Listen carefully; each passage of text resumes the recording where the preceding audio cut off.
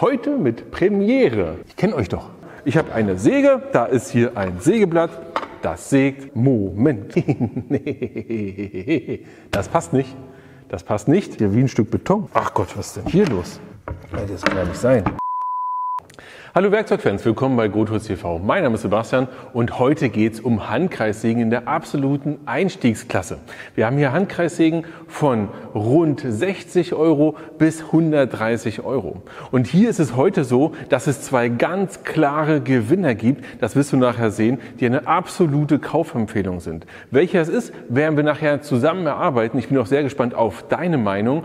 Und wenn du deine Meinung unten in die Kommentare schreibst, hast du wie immer Chance auf einen Gewinn. Und zwar heute die Handkreissäge von Metabo. Heute geht es also um Handkreissägen in der Einstiegsklasse. Alles entsprechend mit Kabel, weil ihr es euch gewünscht habt. Weil ich habe immer wieder Akkuversionen oder auch die größeren Versionen der Sägen getestet. Aber ich hatte noch nie so die absolute Einstiegsklasse hier für euch mit am Start.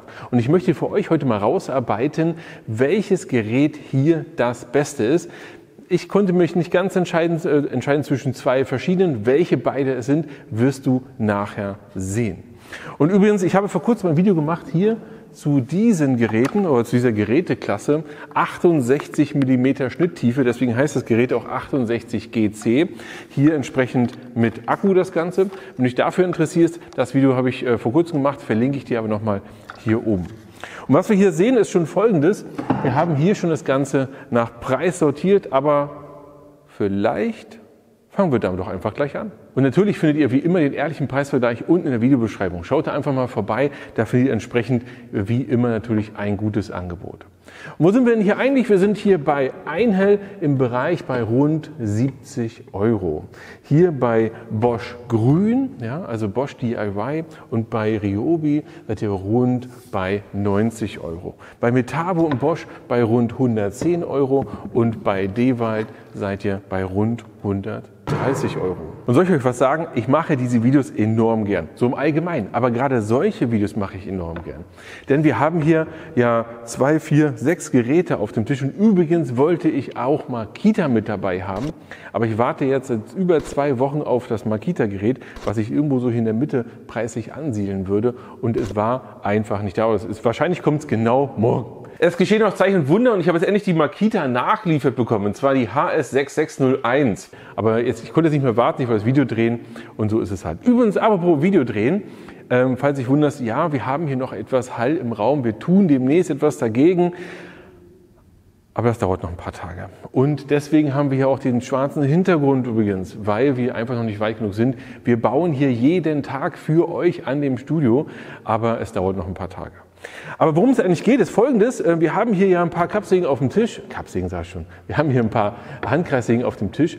Und das Interessante ist, sie erscheinen erstmal relativ gleich. Ja, ich habe eine Säge, da ist hier ein Sägeblatt, das sägt. Und warum haben wir denn hier eigentlich einen Preisunterschied? Denn wir haben hier wirklich ja rund 70 €, 130 €. Und was ist eigentlich kann ich doch dann ganz klar immer das 70 € Gerät kaufen, weil es sägt doch auch einfach. Und wo ist das Thema? Und genau deswegen mache ich diese Videos so gerne, weil ich jetzt für euch rausarbeite, wo die Unterschiede sind. Und es gibt wirklich feine, aber sehr wichtige Unterschiede, die eine ganz klare Kaufempfehlung auch ergeben. Und deswegen schauen wir uns auch jetzt erstmal die Daten an. Wie ihr seht, ist es so, dass die Geräte von den Daten eigentlich sehr, sehr identisch sind. Wir haben fast überall dieselbe Motorleistung von 1200 bis 1400 Watt. Wir haben auch von der Leerlaufdrehzahl immer so um die 5500 Umdrehungen. Das Gewicht unterscheidet sich auch nicht so stark, wobei die leichtesten 3,7 bis 4,7 Kilo, aber sei es erstmal drum. Wo sich die Geräte aber massiv unterscheiden, ist das Thema Schnitttiefe. Denn hier haben wir 55 bis 70 mm. Und das ist schon ein sehr wichtiges Kriterium. Ja, wie gesagt, geht es heute um die Einstiegsklasse bei den Handkreissägen. Und eine Handkreissäge hat erstmal verschiedene Grundeigenschaften, die sie alle gleich haben. Und ich möchte dir dazu kurz einen Denkanstoß für andere Geräte geben. Das sind erstmal wirklich die einfachsten Handkreissägen, die du so kaufen kannst. Und die Handkreissägen haben immer eine Sache, die mich persönlich auch ein bisschen stört. Und zwar ist es, wie verstellst du die Tiefe des Sägeblatts. Das Ganze ist ja jetzt auf maximale Tiefe hier eingestellt. Ja? Und wir haben hier hinten, hier an der Stelle einen Hebel, den musst du nach oben drücken. Dann kannst du hier das Ganze einstellen, also auf eine bestimmte Tiefe einstellen, musst du das irgendwie festhalten und dann musst du den Hebel wieder nach hinten drücken. Das ist aber so ein bisschen Gewackel hier, ja, wie du das Ganze einstellst. Und es gibt halt auch andere Geräte. Und es geht mir nicht darum, dass ihr jetzt unbedingt Bosch kauft. Das ist nicht das Thema, sondern ich möchte nur, dass ihr euren Blick erweitert, dass es auch andere Geräte gibt, auch andere Handkreissägen gibt, die das Ganze anders machen. Wie zum Beispiel bei Bosch ist es so, dass wir hier oben einen Knopf haben. Wir drücken hier drauf, ich kann es euch mal zeigen. Und man kann das Ganze einhändig einstellen. Ich kann also zum Beispiel hier jetzt sagen, okay, ich möchte hier 1-2 Zentimeter rein. Ich habe hier auch eine Skala, die das Ganze einstellt, ja, wo ich auch drauf schauen kann, wie tief möchte ich das Ganze. Und ich habe hier also ergo auch die Möglichkeit, Folgendes zu machen. Ich habe jetzt hier meinetwegen gesägt und ich möchte sie ablegen. Und ich mag es zum Beispiel überhaupt nicht, meine Säge so abzulegen. Deswegen kann ich einfach einstellen und kann sie so hinstellen. Das ist ein super Vorteil auch von dieser Säge. Übrigens, falls du dich für diese Säge interessierst, verlinke ich dir auch mal nicht nur hier oben das Video, sondern auch unten, auch hierzu einen Link im ehrlichen Preisvergleich. Aber du siehst, es gibt auch noch andere Handkreissägen in einer nächsten Klasse, die auch noch ganz interessante andere Funktionen haben. Und noch eine Sache, die ich dir auch noch zeigen möchte, eine Sekunde, da ist er wieder. Und zwar, wir haben hier eine Tauchsäge, auch mal ganz bewusst eine andere Marke als hier auf dem Tisch. Hier geht es auch gar nicht um das Thema Festo, sondern ich möchte nur ein System daran erklären. Und zwar das Thema Absaugung. Wir haben hier bei einer Tauchsäge Folgendes, dass egal wie tief ich eintauche, hier ist es ja so, dass das Sägeblatt nach unten taucht. Ja? Und hier ist es so, dass ich hier einen kompletten Körper habe, einen verschlossenen Körper, und dieses Sägeblatt schmeißt die Späne hier oben lang in diesen Korridor und dann hier entsprechend raus. Ja? Dafür ist das Ganze da, schmeißt das hier raus. Und der Unterschied von einer Handkreissäge zu einer Tauchsäge habe ich schon einige Mal erklärt. Was das interessantere System ist, habe ich auch schon mal erklärt. Bei der Werkzeugfrage verlinke ich dir hier oben, einfach mal vorbeischauen. Und jetzt ist es so, dass wir bei diesen Sägen einen riesen Unterschied haben. Nämlich, hier ist es so, dass die Späne auch hierhin jetzt weggeworfen werden. Also sie gehen hier raus und gehen hier hinten entsprechend entlang. Aber schaut euch mal hier diesen Steg an. Ja, der ist zu. Wenn ich jetzt Folgendes mache, ich gehe in das Material rein, dann passiert Folgendes, dass dieser Steg hier vor das Sägeblatt fährt. Das heißt, also in dem Moment, wenn ich jetzt hier bin, werden die Späne hier in diese Haube geworfen und dann fallen sie hier hinten wieder raus. Und das ist bei allen Sägen gleich, beziehungsweise wir schauen uns das mal zur Sicherheit an, ob das überall gleich ist. Aber das ist ein Riesenunterschied und deswegen ist es so, dass diese Sägen auch nie so gut absaugen können. Falls ihr euch wundert, warum Handkreissägen immer wesentlich, ich sag mal, ein Gänsefüßchen dreckiger sind, weil sie eben systemartbedingt das Ganze hier nicht so gut transportieren können. Ja?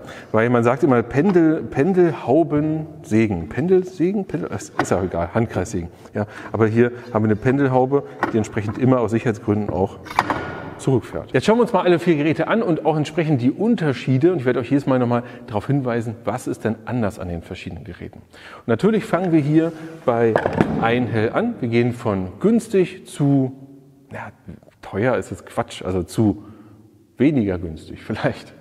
Und fangen bei Einhell an, wie gerade schon gesagt. Die Einhell Handkreissäge, fangen wir mal hier an. Wir haben hier einen Anschlag, wie bei allen Geräten. Das ist eigentlich relativ solide, was wir haben. Das heißt, wir können hier entsprechend hier an einem Anschlag, und ich zeige euch das mal. Moment. Hier schon mal, das ist der Hebel zum Entriegeln. Ja, ich kann das Ganze hier entriegeln, verstellen. Ja, oder in unserem Fall wollen wir es ja jetzt komplett nach oben ziehen. So. Und dann könnten wir jetzt hier an der Stelle entsprechend hier entlang sägen. Ja. Dafür ist der Anschlag da und dafür können wir ihn entsprechend auch einstellen. Er ist hier recht stabil, also relativ stabil, da kann man erstmal nichts sagen. So, dann haben wir hier diesen Hebel zum Verstellen. Ich stelle das Ganze jetzt mal wieder ganz nach unten. Wir haben hier einen schönen Handgriff. Der ist wirklich schön, der ist auch schön gummiert. Auch hier oben schönen Griff, um das Ganze zu führen. Jetzt schauen wir mal uns das Ganze hier an. Wir haben hier eine durchgehende Pentelhaube, ja, ohne nochmal Stütze. Und da haben wir genau das Problem, wir ziehen es entsprechend hier davor und dann geht der ganze, ja, ich sage immer Dreck, aber die ganzen Späne gehen hier entsprechend vorbei. Wenn ihr nicht ganz so tief sägt übrigens, ja, damit ihr das auch noch seht, ich säge jetzt mal nur so tief, dann ist es so, ja, Moment, falsch rum, so, dann ist es so, dass die Haube natürlich nur so weit zurückgeht und dann gehen schon noch relativ viele Späne hier auch raus. Aber ich kenne euch doch. Was macht jeder normale Anwender? Er nimmt das Ding, maximale Tiefe, egal ob es eine USB-Platte ist mit 10 mm oder ob es jetzt Eiche Vollholz ist mit 55 mm und geht dann entsprechend durch. Und dann ist es meistens so, dass dann das meiste an Dreck wirklich, an Spänen entsprechend hier nach unten rausgeblasen wird und nur ein gewisser Teil hier unten über die Absaugung kommt. So, dann haben wir eine Eigenschaft an der Säge, und zwar diese hier. Wir können hier den Winkel verstellen. Wir stellen das mal ganz bewusst jetzt hier auf 45 Grad, ganz nach oben. Ja, wir haben hier nur die Möglichkeit 0 bis 45 Grad einzustellen. Und was wir hier hinten sehen, wir haben hier keine Verstellmöglichkeit und auch keine Justiermöglichkeit, sondern nur das Gelenk. Auf die Art und Weise ist es so, dass wir Folgendes haben. Ich stelle uns mal ein, eine Sekunde, dass wir Folgendes haben, dass wir hier, Moment, ich will euch hier hinten zeigen. Sekunde. So, dass wir hier, dass es nicht wirklich fest ist, sondern wir haben einen relativ dünnen Tisch vom Material und wir haben hier hinten keine Befestigung und dadurch wippt das Ganze hier hinten nochmal extra. Es ist jetzt nicht super schlimm, aber um den genauen, exakten Winkel zu treffen, ist es mit dem hier schon etwas schwerer. Und ihr seht, hier kann ich das Ganze locker um 2-3 Grad entsprechend hin und her bewegen. Eine Besonderheit der Einhell ist folgendes, und zwar, ihr könnt mit einer Führungsschiene arbeiten. Achtung, sie gehört nicht zum Lieferumfang dazu. Das heißt, wenn ihr mit Führungsschiene arbeiten wollt, müsst ihr sie extra von Einhell erwerben. Und das passen auch nur Einhell-Führungsschienen, ganz wichtig. Hier unten diese Schiene, ja, also beziehungsweise die Auskerbung, in der ihr entsprechend arbeiten könnt. Ihr könnt das Ganze hier einsetzen, so, und könnt dann hier entsprechend entlang arbeiten. Das ist sehr wichtig und sehr interessant natürlich, um wiederholgenauer zu arbeiten und vor allem auch schneller. Wenn du musst nichts ansetzen, du musst nicht peilen, du brauchst keinen Winkel dir irgendwo ransetzen oder sonst irgendwas. Du kannst einfach das Ganze nehmen, hier einmal einsägen und dann kannst du immer und immer wieder hier mit der Schiene arbeiten. Wenn du die Möglichkeit hast, würde ich auf jeden Fall immer nur mit Schiene arbeiten, beziehungsweise wenn es halbwegs gerade werden soll, dann so, wenn du etwas nur ablenkst, dann kannst du es natürlich auch ohne machen. Das ist das Thema Einhell. Viel mehr gibt es zu dem Gerät gar nicht zu sagen. Und dann kommen wir jetzt zu Bosch, und zwar zu Bosch Grün. Hier ein interessantes Gerät, jetzt hier im Bereich von rund 90 €. Hier haben wir natürlich auch wieder einen Parallelanschlag, auch wieder sehr stabil, beziehungsweise im Rahmen stabil. Sind natürlich alle nicht super genau, wenn ihr hier schaut. Es sind auch mal ruhig mal 1-2 Grad, die das Ganze bewegen kann. Aber das machen alle. Das ist bei allen genau das Gleiche. Jetzt nehme ich das Ganze mal ab. Was man hier sehen kann, sind aber, wir haben hier ein Zubehör. Und zwar, erst einmal haben wir hier die Möglichkeit, eine Absaugung anzuschließen. Dann haben wir noch die Möglichkeit hier, über diesen Stutzen, das erstmal abzulenken oder umzulenken und dann hier auch nochmal eine Absaugung anzuschließen. Und wir haben hier diesen Auffangbehälter. Finde ich eigentlich ganz witzig gemacht. Wenn man nur gar keine Möglichkeit hat, macht man das Ganze so. Späne landen in dem Behälter. Du kannst es einfach abnehmen. Jetzt möchtest du es leer machen. Kannst du einfach das hier hochschieben. So. Und kannst dann dementsprechend ausklopfen und dann hast du hier wieder einen leeren Behälter. Ich finde, das ist ein gutes System, damit kann man wirklich gut arbeiten, ist interessant, hat auch sonst keiner, kann man nichts zu sagen. Ja? Da wir gerade das Thema Schiene hatten, hier haben wir keine Möglichkeit, beziehungsweise doch, was können wir denn hier für eine Schiene nehmen? Wir schauen mal. Mensch, bin ich auch ganz naiv davon ausgegangen, dass Bosch natürlich auf Bosch-Schienen funktioniert, aber nein, nee, das passt nicht. Das passt nicht. Also ich habe hier natürlich die klassische Bosch Professional Führungsschiene und habe gedacht, naja klar, dann muss die ja passen, aber weit gefehlt. funktioniert nicht. Also diese Schiene hier passt nicht. Das ist auch nicht die klassische Makita oder Metabo oder Festool-Führung, sondern es ist eine Führung von Bosch Grün. Ihr könnt die Säge übrigens auch direkt mit Führungsschiene schon kaufen. Also mit einer dazu passenden Führungsschiene. Dann kostet das Paket, ich glaube, 20 oder 30 Euro mehr. Oder vielleicht sogar 40. Aber wenn ihr eine Führungsschiene für das Ding braucht, dann solltet ihr sie gleich mit dazu nehmen und nicht davon ausgehen, dass die anderen passen. Finde ich jetzt mal gut, dass es dabei ist. Fein, aber können wir es leider nicht zeigen. Also weg mit der Führungsschiene und weiter geht's. Wir haben hier einen einfachen Hebel, um das Ganze zu verstellen. Nicht wie bei Einhell, einfach los, verstellen, fest. Finde ich viel besseres System als bei Einhell mit dem Drehen, sondern hier einfach einhaken und los geht's das Ganze. Dann haben wir noch eine Sache und zwar, das hatten wir auch eben schon, um jetzt hier den Winkel zu verstellen, das Ganze hier eingestellt, dann hier eingestellt und dann kann ich jetzt den Winkel einstellen. So, das Ganze, ich drehe es mal ganz wieder hier auf 45 Grad. Was wir hier sehen ist, wir haben jetzt an 2 Stellen die Möglichkeit, den Winkel zu befestigen. Und ihr müsst immer Folgendes bedenken. Jetzt habe ich 45 Grad. Wenn ich jetzt aber sage, ich möchte nur, meinetwegen in dem Fall jetzt 30 Grad haben, ja, und kann das hier nicht befestigen, dann habe ich keinen Anschlagspunkt, sondern es wird immer irgendwie rumwabbeln. Hier ist es aber so, dass es zumindest hier an beiden Seiten fest ist. Das Gerät hier hat aber folgenden Nachteil. Wir haben hier keinen vollen Aluminiumtisch, sondern das ist einfach nur gekantetes Metall, was wir hier haben. Und dadurch haben wir auch einen recht weichen Tisch. Und ihr seht auch wieder, hier kann ich das Ganze wirklich sehr gut hier hin und her bewegen, obwohl es eigentlich plan auf dem Tisch liegt. Ja? Also einen genauen Winkelschnitt bekommt man hier mit hin, aber es ist nicht so, dass man hier wirklich auf Zehntel genau arbeiten kann. Was man noch zu der Säge dazu sagen muss oder allgemein zu den Sägen ist, wenn ihr nicht mehr in der Führungsschiene arbeitet, ja, dann nehmt ihr ein Stück Holz, macht euch meinetwegen einen Bleistiftstrich und arbeitet an diesem Strich entlang. Jetzt wollt ihr ja irgendwie diesem Strich folgen. Wie geht das? Dazu haben die, sagen wir mal, wir nehmen nochmal Einhell.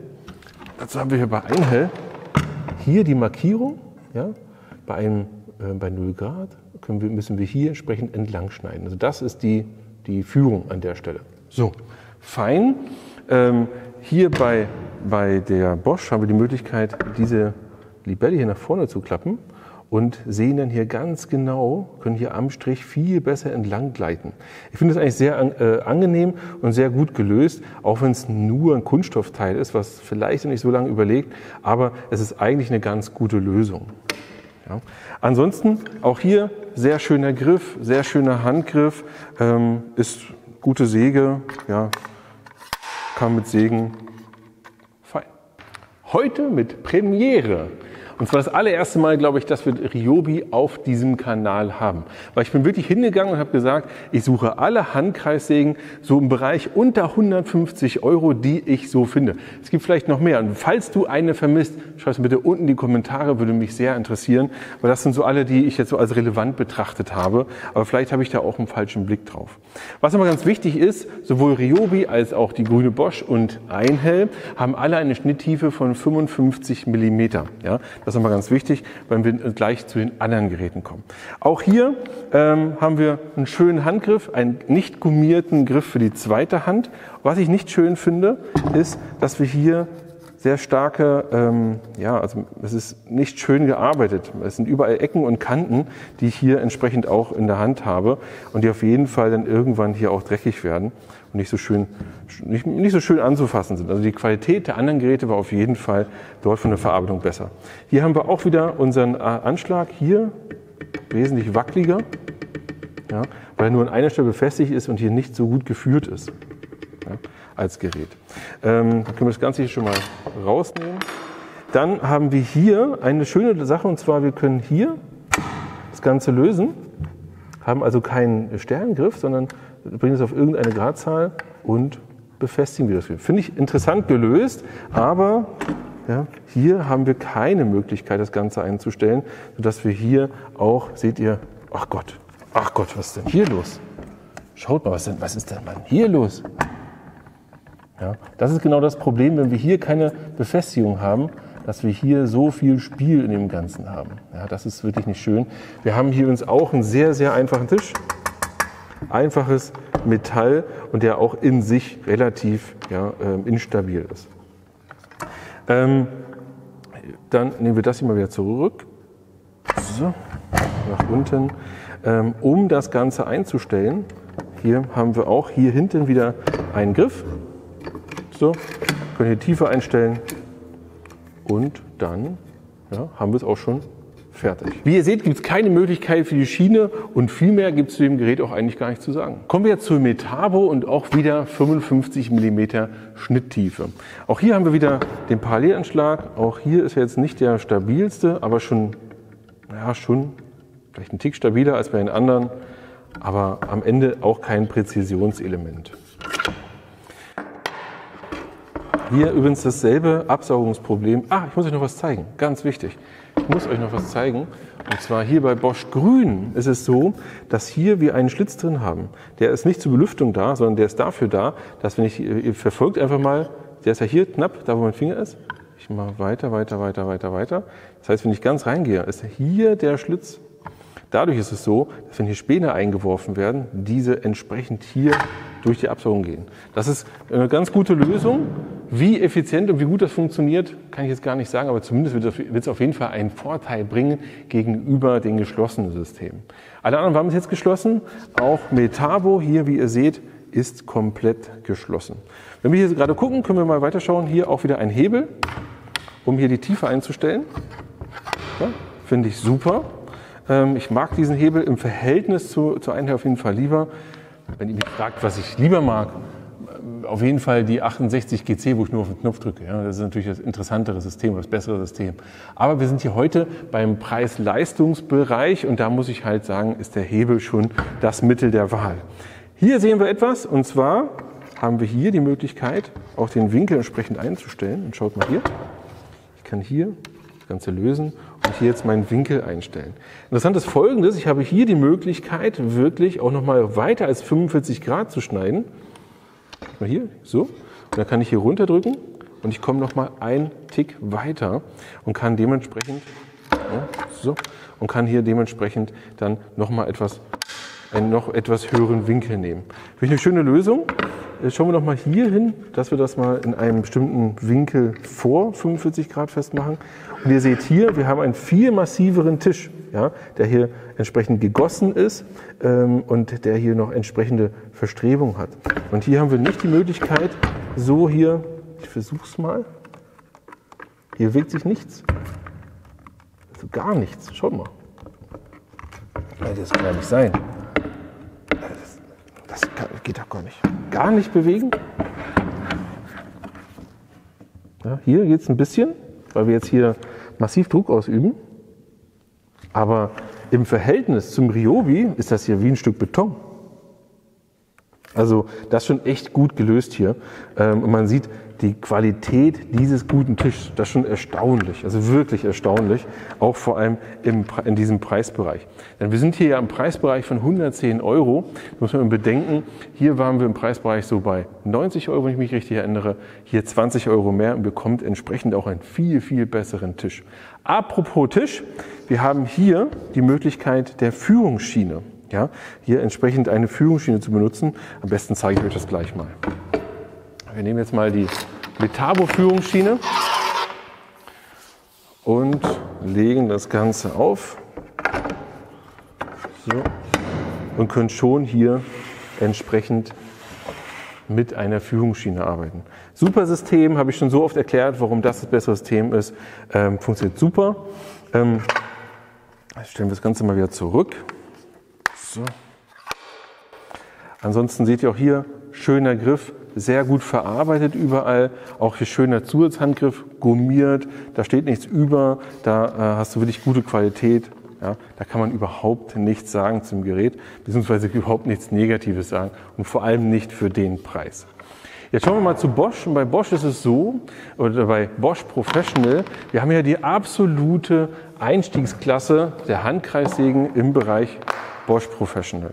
Und das hier sollte euch bekannt vorkommen. Das sieht dem Bosch Grün hier sehr ähnlich.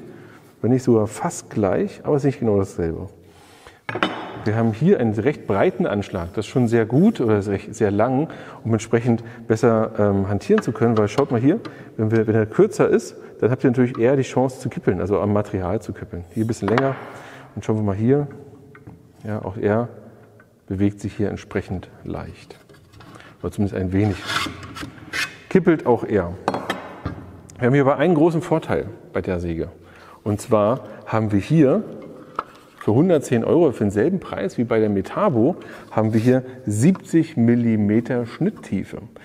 Man könnte jetzt sagen, naja, 55 mm, 70 mm, Moment, das ist ein riesen Unterschied. Wenn du zum Beispiel Vollholz damit sägen möchtest, gerade zum Beispiel so klassisch, wenn du Eiche sägst, ist es so, oder Eiche, Buche, Bohlen, dann sind die normalerweise vom Sägewerk auf 55 mm entsprechend vorbereitet. Beziehungsweise gesägt.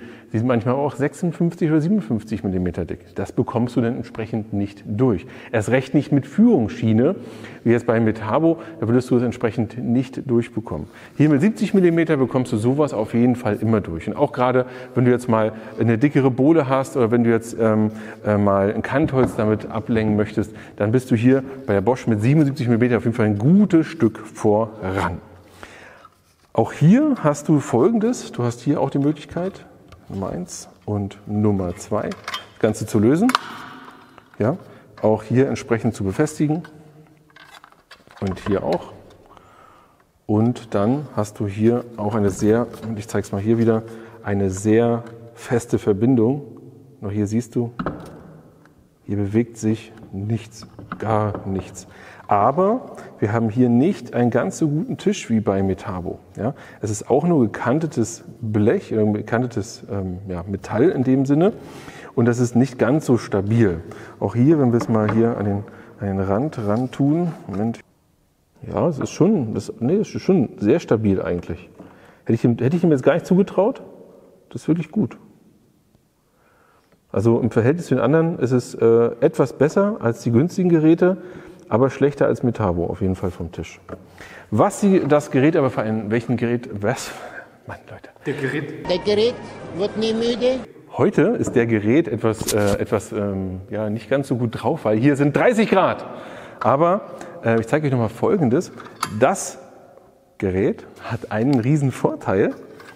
Und zwar, wir haben hier die Möglichkeit, schaut mal da, auf 55 Grad zu schwenken. Also nicht 45 wie üblich oder vielleicht 46, 47, sondern 55. Wer das braucht, wird genau in diesem Feld nur diese eine Maschine hier nehmen können. Das finde ich sehr schön gelöst, finde ich super, dass das geht und dass man hier gesagt hat, man möchte es maximal schwenken können. Eine Sache, die negativ ist, wir haben keine Führungsschienenoption. Haben wir einfach nicht. Ja, können wir nicht machen. Und ihr seht hier auch, hier kann man es wieder ganz gut zeigen, auch hier wurde auf die Absaugung Wert gelegt. Das heißt, wir haben hier entsprechend auch einen Schlitz drin, dass das Ganze, wenn es hier eingefahren wird, ja, hier entsprechend die Späne raus transportieren kann. Kommen wir zu Dewalt. Und bei Dewalt ist es so, dass wir hier so ein Zwischending haben. Die anderen Sägen hatten ja in Summe 55 mm Schnitttiefe. Dewalt oder Bosch hatte 70 mm als einziges bis jetzt. Und bei Dewalt haben wir 65 mm Schnitttiefe. Auf die Sägeblätter an sich, die hier drauf sind, möchte ich gar nicht groß eingehen. Denn von der Qualität her, wie viele Zähne das sind, das ist immer noch die Frage, was für euch eure Vorlieben sind. Und da muss man sagen, da müsst ihr aus meiner Sicht sowieso, wenn ihr richtig gute Ergebnisse haben wollt, ein gutes Blatt nachkaufen. Denn aus meiner Sicht könnt ihr nicht erwarten, dass bei dem Preis, ja, für rund 100 € hier schon ein Top-Blatt mit dabei ist, weil das so ein richtig gutes Blatt hier kostet auch schon ein paar Euro. Dann haben wir hier wie auch vorhin, hier entsprechend einen Parallelanschlag, auch hier sehr klein, was ich nicht schön finde. Das Ganze auch hier wackelt entsprechend hier so ein bisschen vor sich hin. Standard. Wir haben hier keine Möglichkeit der Führungsschiene. Schauen wir mal bei der Haube. Hier ist nicht geschlitzt, ja, ist durchgehend, ist ein bisschen schade. Hier die Möglichkeit, das einzustellen. Muss ich mal schauen. Hier, da haben wir hier bei Dewalt typisch, haben wir hier den Hebel. Wenn wir hochdrücken, dann, Moment, hochdrücken, was eigentlich? Eigentlich ist hochdrücken. Einstellen und runter, um das Ganze zu arretieren. wie ihr seht, haben wir hier dann auch einen sehr einfachen Fuß. Ja, das ist wirklich auch nur gekantetes Metall, was wir hier haben. Und wir haben auch nur an einer Seite die Möglichkeit, das einzustellen, den Winkel einzustellen. Wenn wir jetzt hier irgendeinen Winkel wieder nehmen wir einen Zwischenwinkel, um das Ganze uns mal anzugucken, dann sehen wir auch hier diesmal wahrscheinlich, machen wir es so, ja, auch hier sehen wir, wie sehr sich das Ganze hier verwinden kann, weil wir hier ja, keine Möglichkeit haben, das irgendwie festzustellen. Finde ich ein bisschen schade, hätte es jetzt nicht in Not getan. Andererseits, es sind auch nur Geräte für den groben Anwendungsfall. Weil eine Sache muss man immer sagen. Und bevor jetzt einige sagen, ja, der bewertet die Geräte nach Dingen, die gar nicht relevant sind. Das sind keine Tauchsägen, das sind keine Hochpräzisionssägen, das ist mir völlig klar. Ich möchte nur, dass du es weißt, dass du die Unterschiede siehst. Ich persönlich finde die Winkelverstellung bei allen eigentlich gut gelöst und finde es gar nicht so relevant, ob das von hinten und vorne zu befestigen ist oder nicht. Denn es sind Sägen, um etwas grob abzuschneiden und grob auch einen Winkel herzustellen. In der Regel ist es so, wenn ich mit so einer Säge arbeite, ob es nun 44,5 oder 45 Grad sind, ist eigentlich nicht wichtig. Wenn das wichtig wäre, würde ich mit einem anderen Gerät arbeiten. Muss man wirklich ganz klar sagen. So, ansonsten, was wir eben ja auch schon hatten, Handgriff ist gut, nicht gummiert, was ich ein bisschen schade finde. Ich mag das, wenn er ein bisschen gummiert ist. Und wir haben hier auch oder was ist das hier eigentlich? Das andere Kunststoff haben hier auch natürlich einen Zusatzhandgriff. Es geschehen noch Zeichen und Wunder, und zwar ist die Makita hier endlich bei uns eingetroffen, deswegen möchte ich sie euch hier kurz auch im Video nachreichen. Erst einmal, das ist die HS6601 mit einem Preis von knapp 100 Euro. 95 bis 100 Euro so etwa ist sie normalerweise im Kurs. Hat hier eine Schnitttiefe von 55 mm, also so wie der Durchschnitt hier auch heute im Video. Schauen wir uns mal ganz kurz an. Erstmal fangen wir hier an, und zwar wir haben hier keine Möglichkeit eine Führungsschiene. Also die Führungsschiene kann nicht benutzt werden. Natürlich haben wir auch hier wieder den Parallelanschlag mit dabei, in derselben Güte wie bei allen Sägen, die wir heute gesehen haben. Was ich hier bei dem Fuß schön finde, oder bei der Platte, ist, sie gleitet sehr gut. Ich kenne die Säge, habe mit der auch schon gearbeitet, nicht mit der, aber mit genau dem auf anderen Baustellen, und habe hier immer es gut gefunden, wie schön die gleitet. Ich kann nicht sagen, warum das so ist, aber das fand ich immer super. Können wir hier gleich mal weitermachen? Thema Winkelverstellung, hier ganz einfach gehalten, ganz klassisch. Schaut mal hier, wie das auch gelöst ist. Das ist einfach nur eine Platte hinten, die du ran und weg nimmst. Das ist wirklich sehr, sehr, sehr einfach. Erst einmal hier, einmal auf der anderen Seite schnell lose. Dann ist das Ganze hier entsprechend, kann man es entsprechend einstellen. Wir machen das auch gleich mal. Schaut mal hier. Wir haben hier nur die Möglichkeit, auf 45 Grad zu kommen, und es ist auch sehr ungenau. Also es ist so eine grobe Richtung, auf der wir jetzt hier entsprechend uns einstellen. Also selbst wenn wir hier einen genauen Punkt hätten, seht ihr hier, das ist alles auch sehr grob nur skizziert. So, dann haben wir hier die Möglichkeit, beziehungsweise schauen wir uns mal die Spanhaube an. Hier, die ist nicht geschlitzt. Dementsprechend ist es so, je mehr, wie vorhin schon gesagt, wir hier reinkommen, umso mehr Staub wird entsprechend hier dann auch nach unten transportiert und nicht mehr so gut hier rein. Haben wir hier den klassischen Hebel. Was mir aufgefallen ist bei genau dem Modell, dass es hier jetzt relativ schwer ist, aber das läuft sich bestimmt noch ein. Dann stellen wir es mal hier ein. Und jetzt zeige ich euch mal was, und zwar, jetzt arretiere ich das Ganze wieder, so und so. Und zwar, schaut mal hier, ich halte jetzt hier fest, und jetzt schaut mal hier wieder auf das Gerät. Ja, also hier ist jetzt fixiert, das ist normal, also ist hier alles fest, mehr fest geht nicht hier. Und dementsprechend ist es schon im Verhältnis wirklich ein relativ wackeliges Gerät, und ich schaue auf die Grundplatte selbst, muss ich festhalten, selbst die kann ich geringfügig verbiegen. Ja, gerade hier im vorderen Bereich, ja, wenn es richtig fest ist, ja. Also ihr seht hier, diese Konstruktion ist relativ wackelig jetzt im Vergleich. Ansonsten ist das eine sehr solide Säge, auch eine sehr einfache Säge, was jetzt nicht das Problem ist. Einfach heißt ja auch, dass wenig kaputt gehen kann. Ich stelle das wieder normal ein. So, so und so. Wenn ihr die Säge euch so anschaut, ist es wirklich eine sehr solide Säge vom Material her. Sie ist aber so wie die meisten Handkreissägen kein Präzisionsmonster. Natürlich kann sie nicht exakt einen Winkel halten, wenn man sie so leicht hin und her kippeln kann. Was ich schön finde, ist wie immer mit Zweithandgriff, das Ganze ist gummiert und so weiter und so fort. Die Säge hier für euch nur ganz kurz vorgestellt. An der Einschätzung von mir am Ende beim Fazit ändert diese Säge aber gar nichts. Und jetzt bin ich gespannt, was ist aus eurer Meinung die beste Handkreissäge? Schreibt es mal unten in die Kommentare. Denkt dran, ihr könnt die Metabo heute gewinnen. Mit nur einem Kommentar. Und wenn wir uns jetzt das Ganze mal anschauen, gibt es aus meiner Sicht zwei ganz klare Gewinner. Und zwar ist es so, dass so viele Geräte hier haben so ihre Vorteile. Erstmal, lass uns mal schauen, was du auch möchtest. Möchtest du mit einer Führungsschiene arbeiten, musst du entweder Einhell nehmen, Bosch nehmen oder Metabo nehmen. Eine von diesen drei Geräten. Möchtest du maximale Schnitttiefe haben, musst du Bosch nehmen. Das ist ganz klar, weil hier hast du für nur 110 €, Freunde, 70 mm Schnitttiefe, Bosch Professional mit 55 mm in der Winkelverstellung. Das finde ich ein super System, also auch ein super Preis in Summe.